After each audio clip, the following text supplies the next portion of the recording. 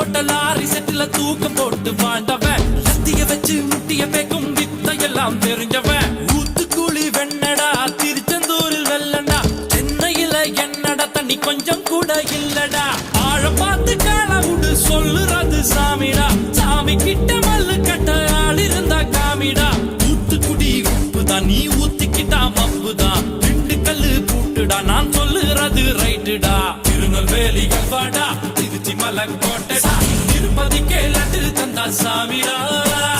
இருட்டு கட்ட அல்வாடா இட்லி கட்ட ஆயாடா உருட்டு கட்ட சத்தம் கேட்டா சாமிடா